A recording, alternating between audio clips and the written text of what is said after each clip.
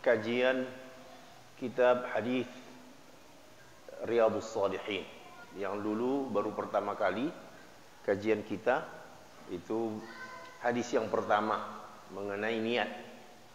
Ini kita loncat ke bab iyadatul marid wa tasyyi'ul mayyit. Oh belum, iya. Tampil.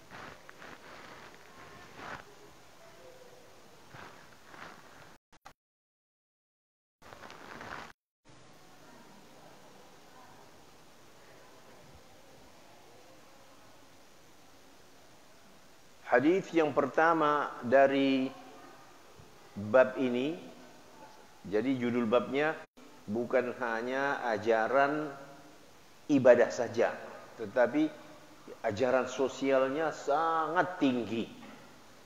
Bahkan ya seseorang tidak hanya diukur dari ibadahnya, kan begitu?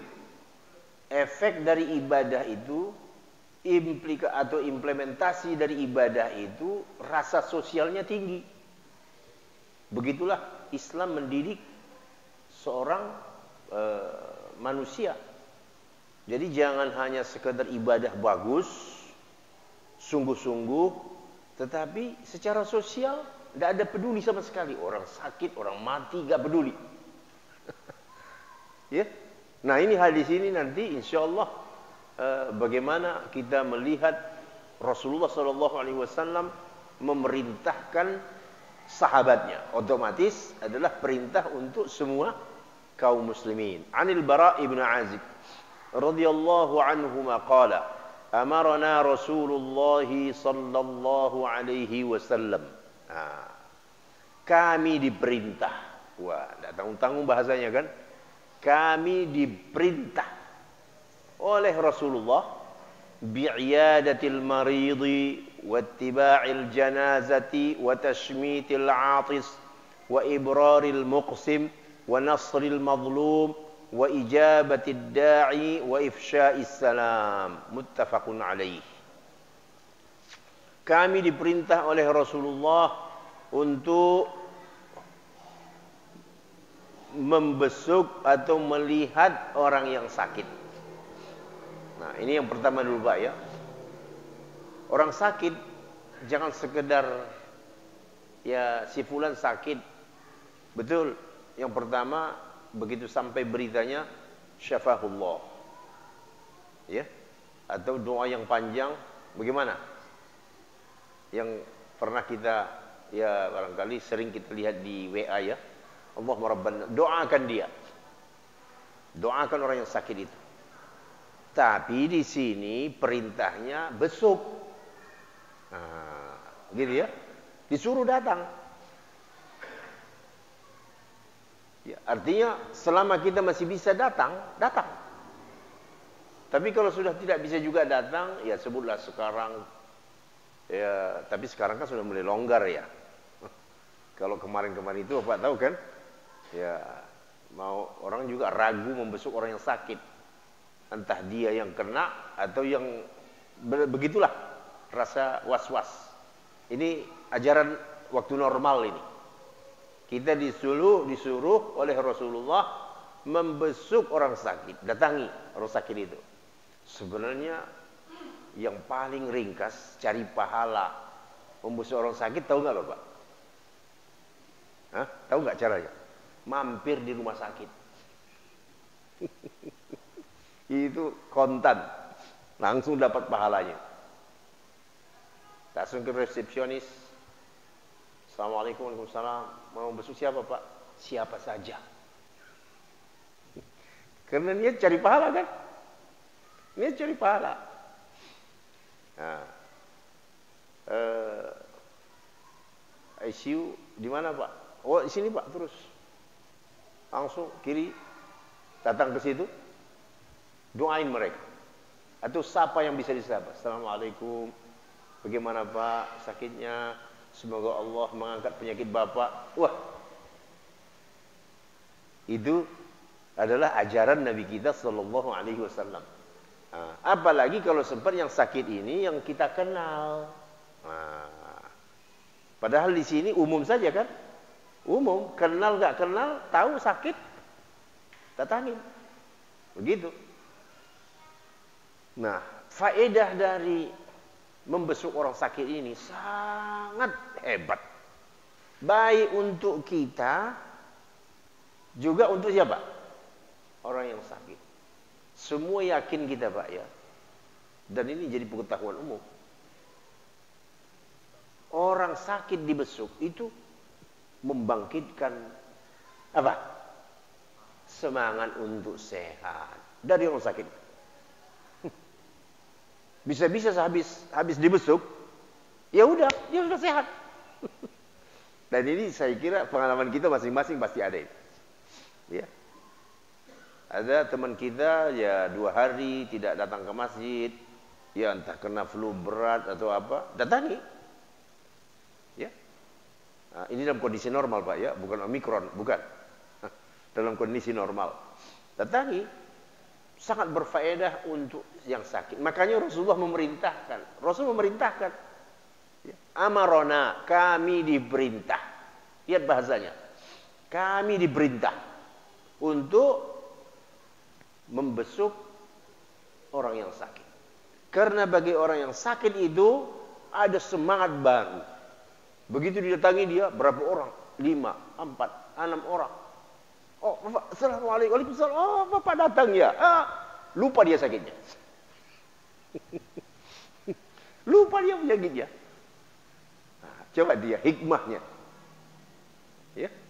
Hikmah dari membesuk orang sakit. Ya. Besok datang lagi teman yang lain membesuk. Insya Allah, Pak, nggak lama-lama di rumah sakit atau nggak lama-lama di rumah itu. Nah, kemudian bagi orang yang membesuk, faedahnya apa? Oh, besar sekali. Apa itu? Hah? Merenungkan. Ya, apalagi penyakit itu penyakit berat, Pak. Kalau sudah sempat kira-kira masuk selang, selang sini, hidung, selang mulut, kita datang melihatnya, kaget tidak? Astagfirullah. Bagi kita, habis Bapak membesuk orang sakit, coba sholat, khusyuk luar biasa. Khusyuk. Kenapa, Pak? Apa pengaruhnya? Bapak lihat langsung orang sakit, nggak bisa ngomong. Suntik kiri kanan, lubang. Bapak bayangkan apa? Ya Allah, kalau saya seperti ini. Sehingga ingatlah kita kepada siapa? Yang memberi kesehatan. Yang memberi kesehatan, ingat kita. Kesehatan itu datang dari Allah, Pak. Dikasih Allah kesehatan. Selama ini karena kita bergaul sama-sama orang sehat. Saya ketemu Bapak, kemarin saya sakit kan nggak bisa datang. Ya. Ketemu di sini sama orang sehat, lupa nikmat sehat. Lupa nikmat sehat. Tapi kalau kita datang melihat orang sakit, oh baru kita tahu, Allah, rupanya sehat itu nikmat yang luar biasa. Sehingga kita pun diingatkan kepada siapa? Pemberi kesehatan, Allah. Nah, sesudah itu Bapak sholat, yakin saya bertambah khusyuk. Khusyuk bertambah. Terbayanglah Bapak itu orang sakit tadi itu. Ya. Orang yang sudah koma, atau yang sudah tidak bisa lagi diajak bicara, wah datang ini. Menimbulkan bagi kita itu pelajaran. Ya. Ibrah. Mau'izah. Tapi banyak orang lupa. Ya, dengar berita sakit karena sudah terbiasa cuma ngirim stiker.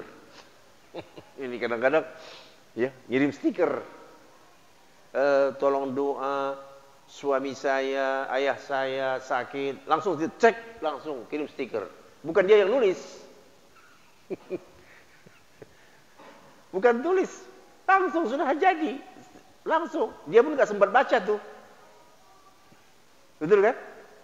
Begitu kan rata-rata. Dia pun nggak baca itu, langsung cek send, udah selesai. Walaupun isinya benar, bagus.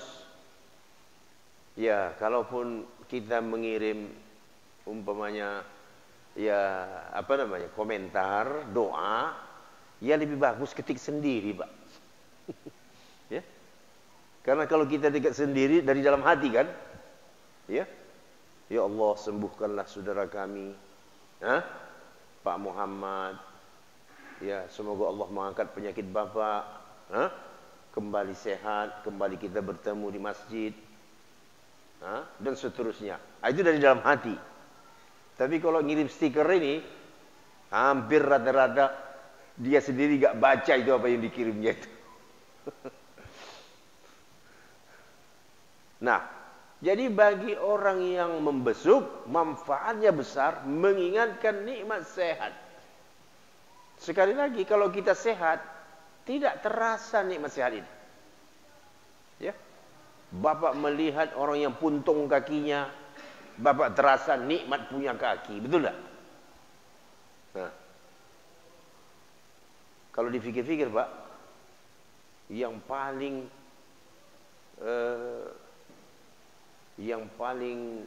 ingat dengan Allah itu sebenarnya siapa? Dokter. Betul? Karena dia tiap hari, tapi gara-gara tiap hari bertemu orang sakit, hilang. Sama seperti tukang gali kuburan. Harusnya orang tukang gali kuburan, sholatnya itu khusyuk sekali. Betul tidak? Harusnya. Tapi karena tiap hari dia menggali kuburan, hilang.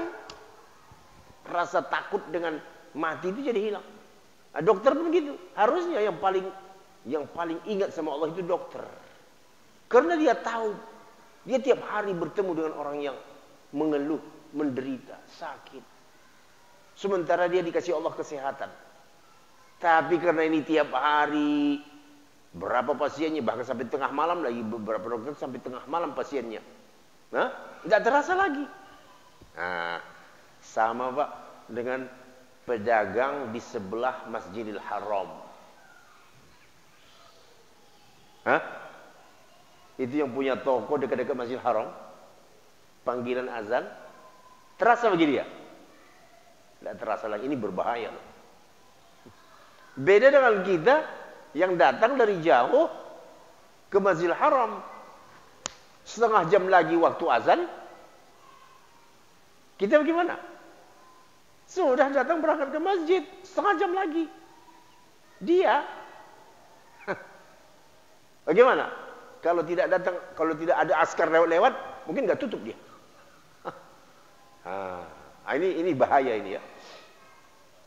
Bahaya ketika orang melihat orang sakit tidak ingat kepada yang memberikan kesehatan.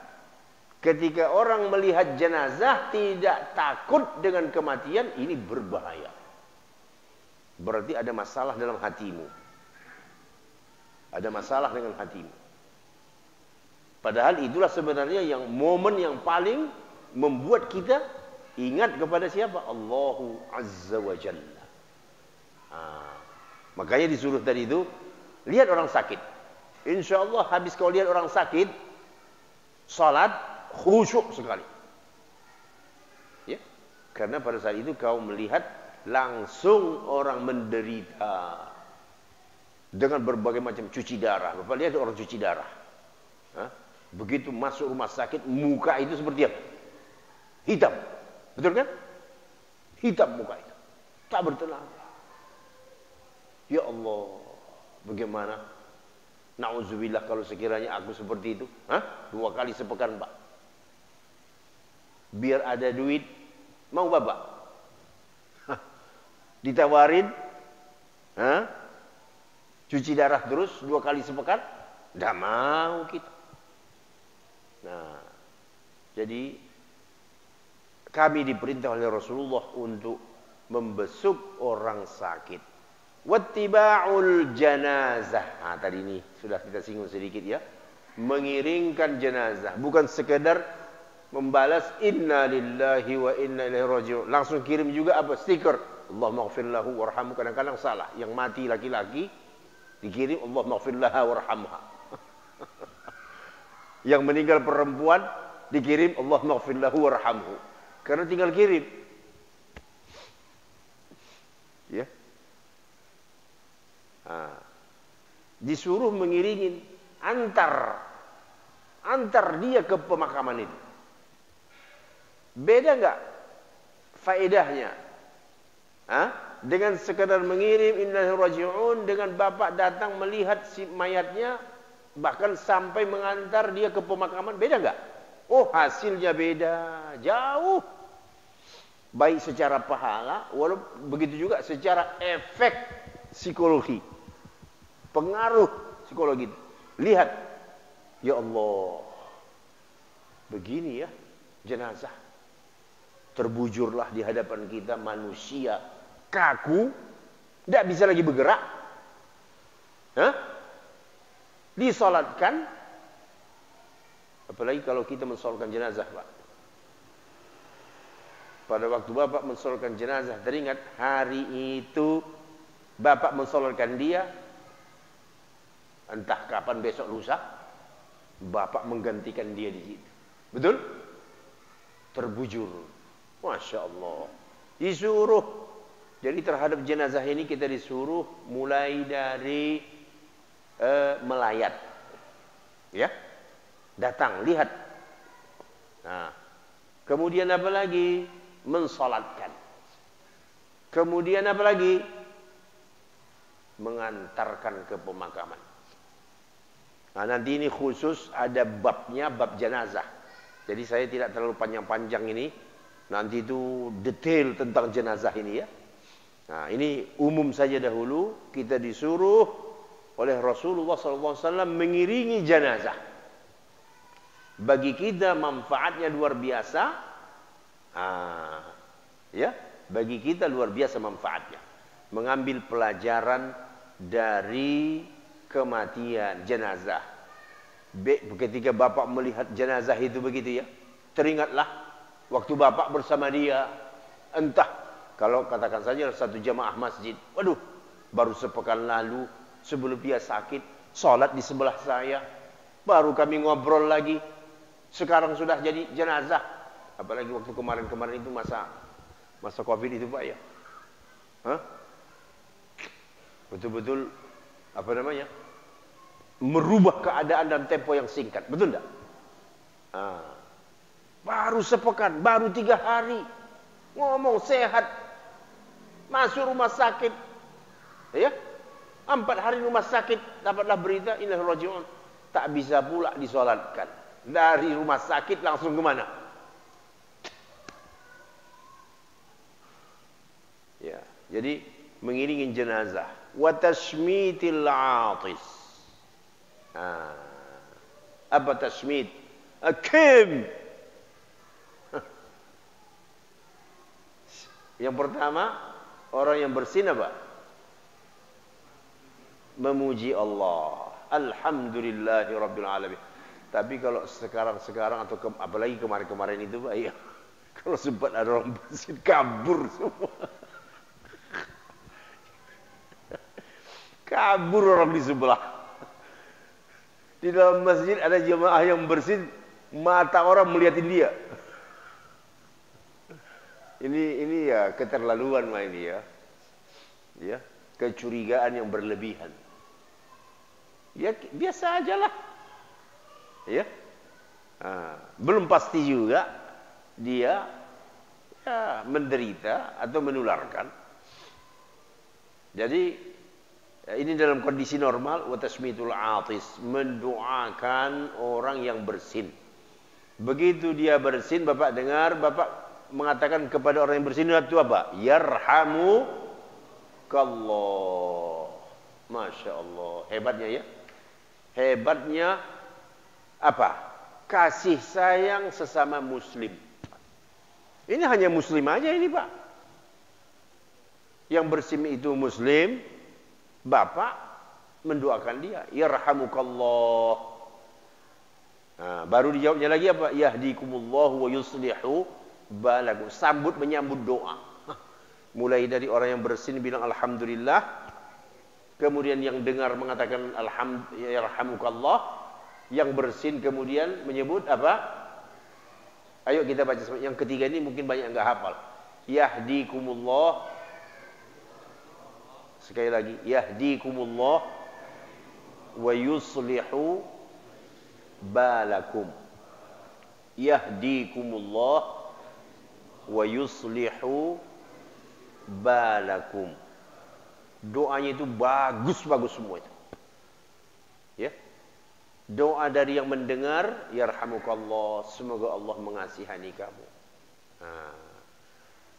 Sebenarnya kenapa kalau kita gabungkan antara kesehatan dengan tuntunan Nabi, kenapa disuruh menyebut alhamdulillah? Alhamdulillah kan pujian kan? Memuji Allah, bersyukur. Karena sebenarnya bersin itu adalah reaksi fisik kita terhadap bakteri yang masuk melalui hidung. Cuas. Ya.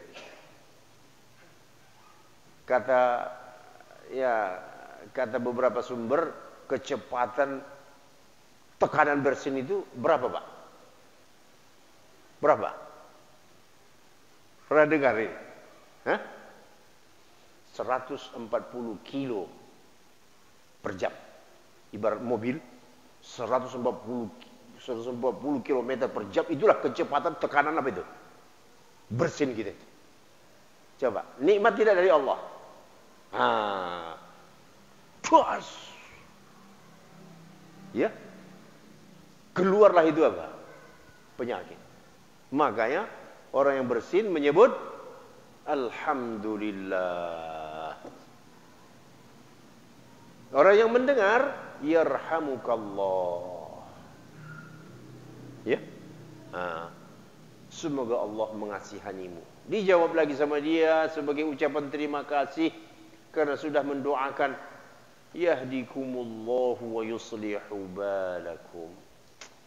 Semoga Allah menunjukimu dan membaguskan urusan. Ya. Jadi ini rata-rata semua yang diperintahkan ini terkait dengan sikap sosial. Hubungan sosial di tengah masyarakat muslim. Masyarakat muslim itu tidak boleh egois, individualis. Tidak boleh. Ya. Cuek, tidak mau tahu. Ya. Orang sakit sebelah rumah dia nggak tahu. Ya sama seperti di Amerika lah Pak, di barat sana. Mati di dalam rumah, orang sebelahnya nggak tahu. Nanti bau bangkai di situ, baru dia lapor ke polisi, telepon. Polisi, ada bau bangkai di sebelah rumah saya. Coba tuh. Begitu kehidupan di barat. Kita alhamdulillah, ya, interaksi itu kan begitu intens ya. Orang datang ke masjid, kemudian antar jiran, betul enggak? Pagi bertegur sapa, assalamualaikum bu, itu tukang sayur sudah datang. Ya, di negara-negara luar, negara barat mana ketemu begitu? Saya mau berangkat pergi kerja jam sekian, saya berangkat sendiri, orang sebelah rumah saya tidak tahu. Karena masing-masing dengan urusannya. Kita alhamdulillah tempat bersosialisasi kita ini dia. Masjid. Makanya setiap muslim itu laki-laki harus datang ke mana? Harus datang ke masjid. Begitu. Jadi betul-betul di dalam Islam itu kekompakan. Ya. Kekompakan itu hebat sekali. Wa tasmitul atis wa ibraril muqsim.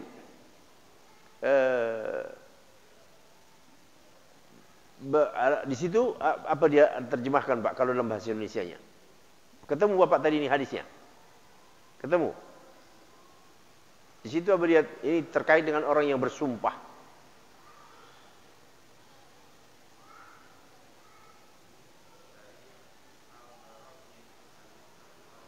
Itu saja langsung.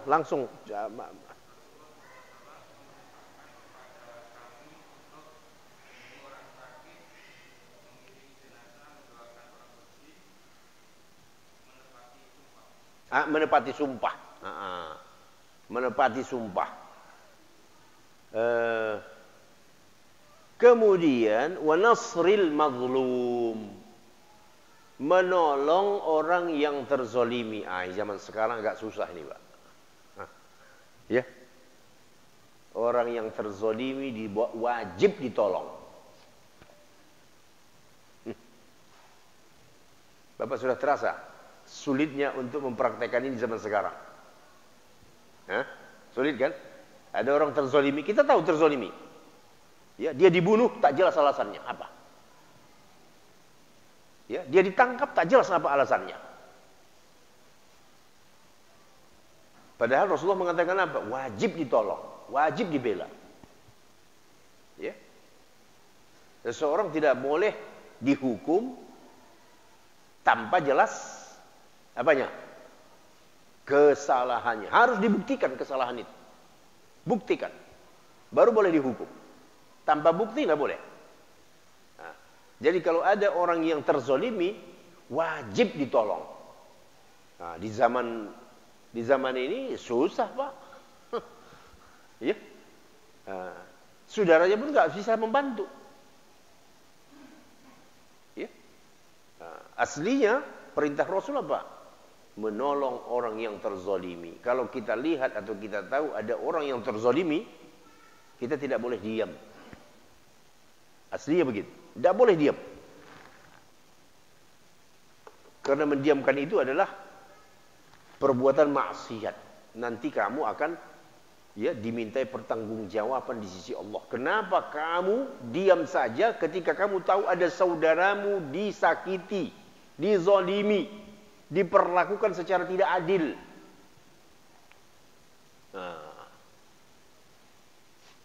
Kalau ini wa nasrul mazlum, ini sudah lebih luas ya. Memang masalah sosial tetapi juga terkait dengan masalah politik ini. Ya. Ada orang-orang yang menjadi korban kezaliman.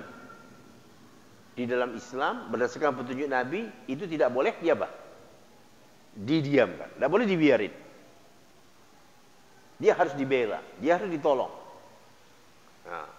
Sekalipun orang yang menolong itu terpaksa harus mungkin berhadapan dengan masalah.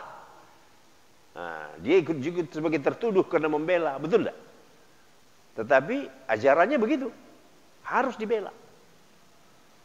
Karena dia mazlum.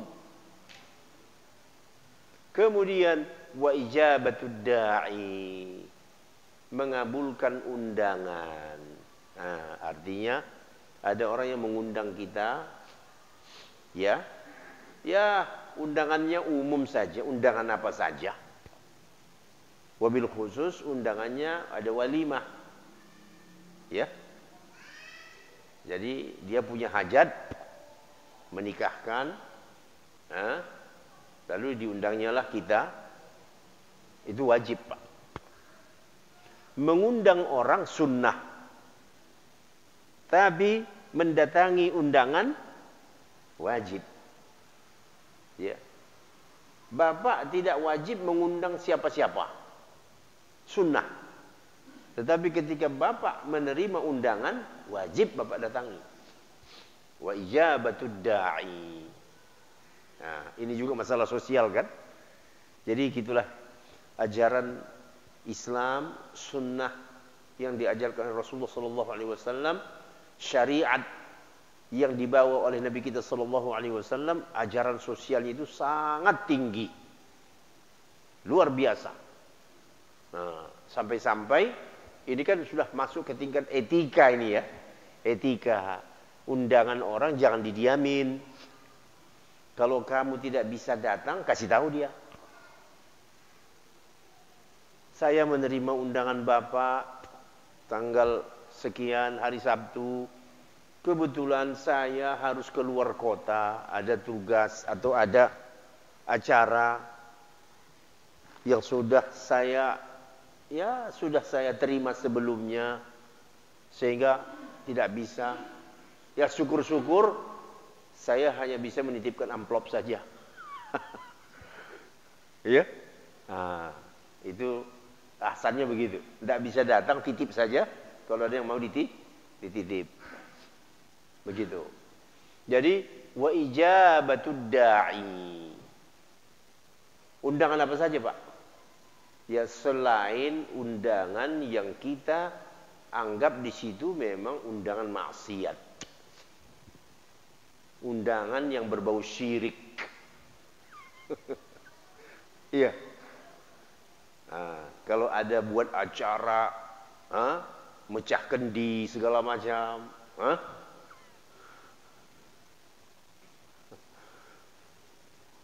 yang berbau syirik, itu tidak wajib datangi. Begitu. Kemudian wa ifsya'is salam, menyebarluaskan salam. Ya, menyebarluaskan salam. Apa ini maksudnya, Pak? Apa ini maksudnya menyebarluaskan? Ifsya, menyebarluaskan loh. Menyebarluaskan salam. Engkau memberi salam kepada siapa saja, baik yang kau kenal ataupun tidak kau kenal. Sekarang ini kita sudah jauh dari tuntunan Nabi. Kalau nggak kenal, nggak kasih salam. Betul? Ya, kita masuk ke warung, ke restoran, ya, tahu, ya kita tahu dia Muslim, tapi karena nggak kenal, pakai peci lagi, sama-sama pakai peci. Iya enggak? Ketemu di warung atau di mana, dia diam, bapak diam. Bahkan kadang-kadang bapak pura-pura tidak lihat gitu. Ya. Ya, jauh kita dari tuntunan Nabi ya. Rasulullah SAW menyuruh apa? Menyuruh ifsya'is salam. Ya. Sebarluaskan. Bukan sekadar menjawab salam. Kalau sekadar menjawab ya memang wajib. Dia kasih salam kita, assalamualaikum, wajib kita jawab salamnya. Ini menyebarluaskan. Artinya menyebarluaskan apa? Kasih salam sama orang, siapapun dia, yang kamu yakin dia adalah Muslim, kasih salam.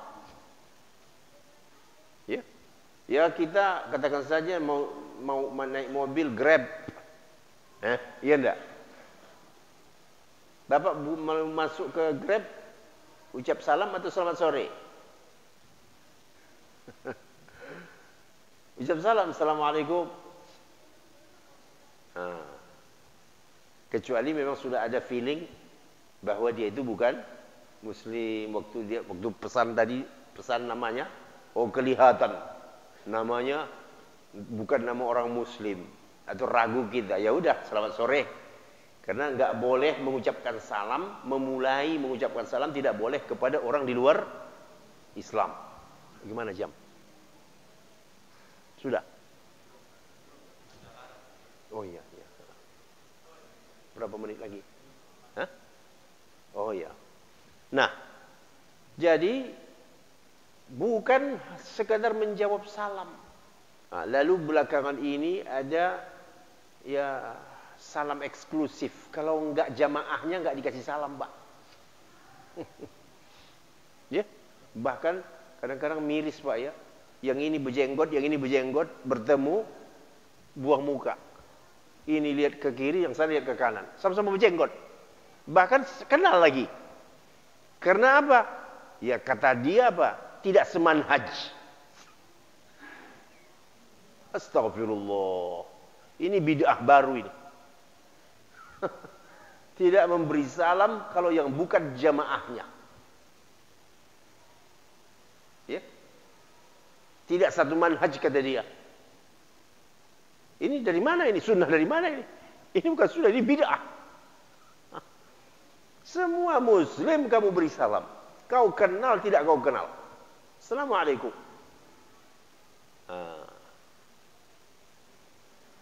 Jadi kadang-kadang kita terperosok, kita mau menyebarkan sunnah, kita sendiri tidak bisa konsisten dengan sunnah. Ya. Nah, jadi Allah Subhanahu wa taala mensyariatkan nabinya menyuruh untuk menyebar salam. Karena salam itu kunci apa namanya? Kunci menyebarkan rasa sayang. Ya. Rasa cinta di antara sesama muslim diawali dengan ucapan salam. Assalamualaikum. Karena isi salam itu apa? Doa. 100 kali Bapak bilang selamat pagi, sama sekali tidak bisa menggantikan satu kata Assalamualaikum. Ya. Selamat pagi. Itu hanya basa-basi aja. Tidak ada maknanya. Ya. Yang ada maknanya apa? Assalamualaikum. Lalu orang yang menjawab, bagaimana? Fahayyu bi ahsana minha aw rudduha. Berikan jawaban yang lebih baik dari yang disampaikannya, atau paling tidak setara. Dia sebut assalamualaikum, Bapak jawab waalaikumsalam. Kalau bisa Pak, waalaikumsalam warahmatullahi wabarakatuh. Nah, jadi kita dapat satu hadis pada malam hari ini yang terkait dengan kehidupan bermasyarakat. Ya, kita diperintah untuk membesuk orang yang sakit, apapun sakitnya, tidak mesti penyakit berat. Ya, ini targetnya apa Pak? Cari pahala. Targetnya cari pahala, gitu. Kemudian apa? Yang kedua tadi apa Pak? Mengiringkan jenazah sampai ke pemakaman. Kalau tidak sampai ke pemakaman, yang dua pun jadi. Layat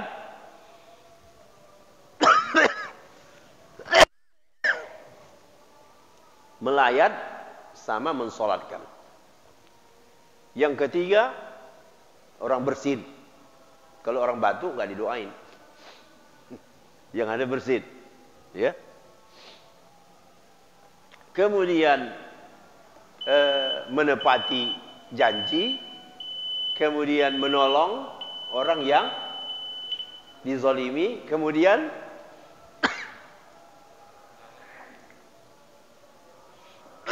mendatangi undangan, lalu ifsya'us salam, menyebarkan salam.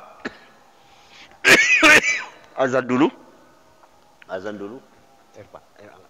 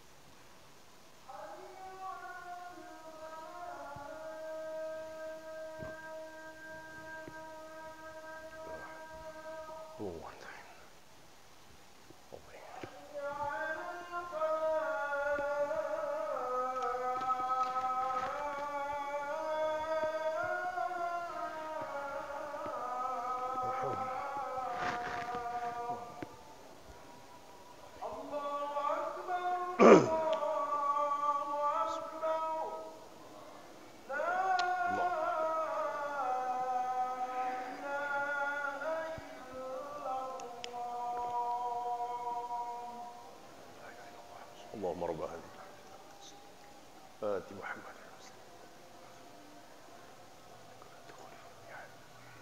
Sekarang kalau ada pertanyaan siap-siapkan Pak. Selama menunggu iqamah kita bisa menjawab pertanyaan.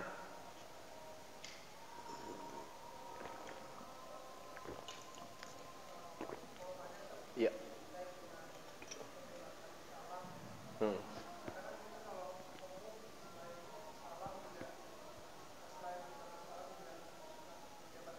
Iya. Iya, iya, betul. Iya. Memang antara jabat tangan dengan mengucapkan salam dua hal yang terpisah. Ya. Tidak secara otomatis. Cuma di kita sering itu diidentikan. Betul enggak? Seolah-olah kalau tidak berjabat tangan dianggap tidak bersalaman. Sebenarnya itu dua hal yang berdiri sendiri. Mengucapkan salam ya assalamualaikum. Berjabat tangan kalau bahasa Arab namanya musafahah. Ya, musafahah. Seseorang yang mengucapkan salam tidak wajib untuk berjabat tangan. Kalau memang dia memungkinkan berjabat tangan, ya tak mengapa. Memang ada fadilahnya memang betul. Orang yang berjabat tangan, ya menggugurkan dosa masing-masing di antara keduanya. Tetapi walaupun tidak sampai ke tingkat berjabat tangan, boleh sebatas apa? Mengucapkan salam. Umpamanya jaraknya jauh, begitu ya. Dia dihalangi oleh sesuatu, tidak bisa jabat tangan, ya assalamualaikum. Atau umpamanya belum kenal, belum kenal, ya adalah secara psikologi belum kenal, tapi salam tetap jalan, gitu. Iya. Antri begitu ya, kita kan belum kenal orang yang antri. Cukup kita katakan apa? Assalamualaikum. Tidak harus disalamin satu persatu begitu kan ya. Jadi antara salam dengan jabat tangan itu berdiri sendiri. Kalau bisa kedua-duanya bagus. Tetapi kalaupun tidak bisa, dengan ucapan salam itu sudah mencukup, sudah menggugurkan kewajiban. Bisa dipahami itu kira-kira? Iya. Ada yang lain? Silakan Pak.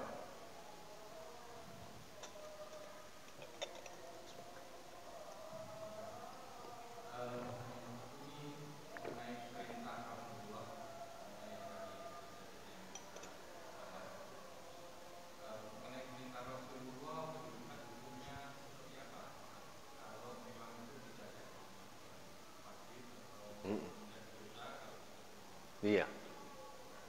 Baik. Ya perintah bisa wajib, bisa sunnah. Ini kefikih ini. Jadi amar, perintah. Apakah itu perintah Allah, perintah Rasul sama aja. Amar bisa jatuh menjadi wajib. Secara umum perintah itu jadi wajib. Tetapi bisa juga perintah itu membuahkan sunnah. Sunnah itu apa? Kalau tidak dilaksanakan, tidak sampai berdosa. Itu sunnah secara fikih. Bagaimana bisa tahu yang ini wajib atau dia sunnah? Itu ulama. Karena memerlukan qarinah. Ada indikasi, gitu ya. Ada indikasi yang mengalihkan dia dari hukum wajib menjadi sunnah. Jadi tiap persoalan bisa beda-beda. Ya, tiap persoalan beda-beda. Di sini kita memang perlu merujuknya ke ahli fikih. Nah, namun secara umum perintah laksanakan. Selama kita masih bisa melaksanakan perintah, laksanakan. Kan begitu? Nah, memang diakui bahwa perintah bisa bernada wajib, bisa bernada sunnah. Sunnah itu ya tidak sampai kita berdosa kalau kita tidak.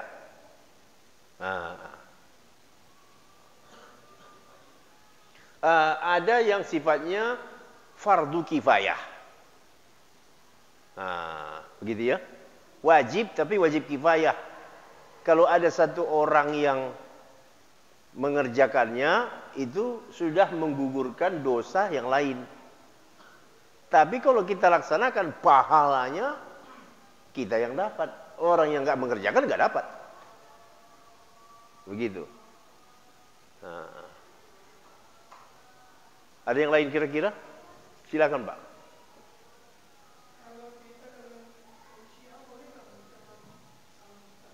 Oh, iya, iya. Jadi orang-orang yang akidahnya menyimpang memang tidak mengucapkan salam untuk mereka.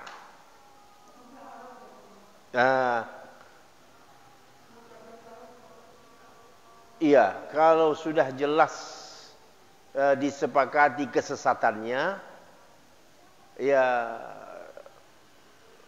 bisa jatuh menjadi haram mengucapkan salam kepada mereka. Ya, orang-orang yang mencaci maki sahabat, umpamanya, itulah dia contoh Syiah, tidak boleh diucapkan salam kepada mereka. Karena hukum mereka sudah tidak berada sama dengan hukum kaum muslimin secara umum. Ya, begitu juga dengan orang-orang yang ya mengaku ada nabi setelah Nabi Muhammad sallallahu alaihi wasallam, ya. Dan seterusnya, banyaklah, tidak bisa kita tidak bisa kita rinci satu persatu. Faham-faham ini begitu banyak, ya, sekte-sektenya, maka secara umum tidak boleh mengucapkan salam kepada mereka. Baik, terima kasih. Ini penting juga untuk kita secara umum, karena di tengah kita ini. Tapi kalau kita tidak kenal, kan beda. Kita tidak kenal, dia masuk dalam hukum kaum muslimin secara umum. Ya. Tapi kalau kita kenal, di situ memang tidak boleh mengucapkan salam.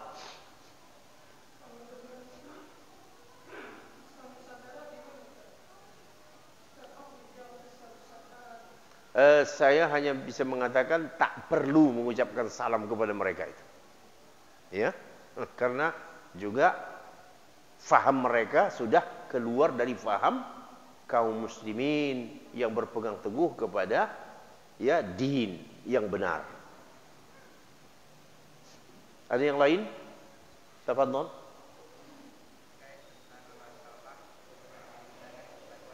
Betul.